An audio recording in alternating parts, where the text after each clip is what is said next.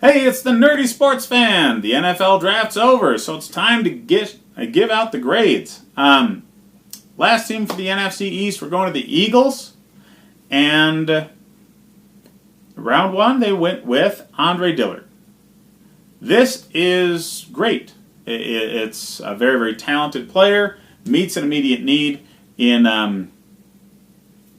left tackle. Obviously, Jason Peters ended last season on injury. Signed him to a contract. Not necessarily really sure if he's staying with the team. You need his replacement. I mean, he showed that to you last year. You need his replacement. As a Bills fan, it's always pained me that Jason Peters left Buffalo and went to Philly and played extremely well for the entire length of his career there, and won a Super Bowl there. It's always kind of bothered me. But hey, good on you. He's a fantastic player. He's just at the end of his career now.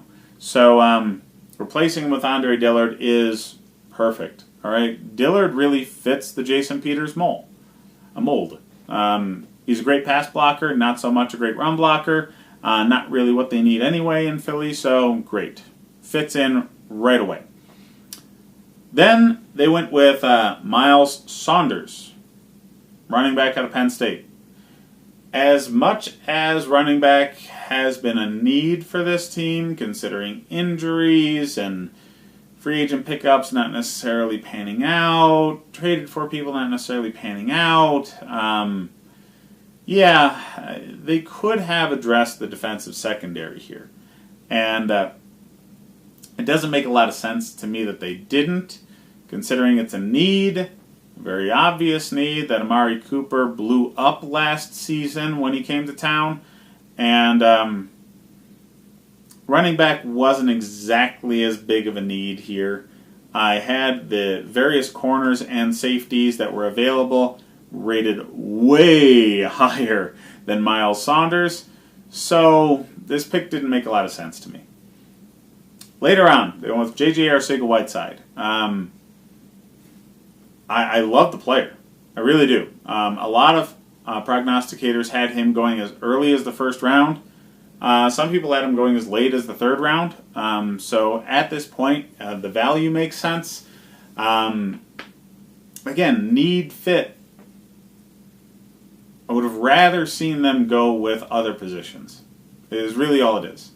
Arcega-Whiteside is going to be a talented, good player for a long duration of time. It's going to mesh well with what they already have on offense. I just felt that there could have been other needs addressed. Again, especially the defensive secondary.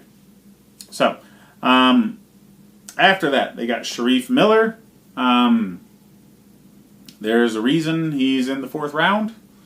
Personally, I had him more graded for like a fifth or sixth. So, I didn't really see the value here in Miller. Later on, they went with Clayton Thorson. This pick made more sense to me. They need a backup quarterback, considering they don't have Nick Foles anymore. And Thorson, he's not the kind of guy that's going to end up being an NFL starter. So you're not going to have those questions in Philly anymore of who should we be starting. It's very obviously Carson Wentz, and this pick is just backup fodder. Hopefully Wentz doesn't get hurt. That's why you picked Andre Dillard. Good on you there. But the rest of the draft after Dillard just did not make sense to me based off of grades of other players and Philly's needs. I'm sorry, it doesn't make sense to me. So comment with what you think Philly should have done or how you liked the draft. Personally, I give the Eagles a C. The players are good, just the positional need, fit, and value doesn't really work out with where they got them and who they got. So like and subscribe if you enjoy the content. Check out the other videos that are posted today, as well as later on in the week as we go through all 32 teams.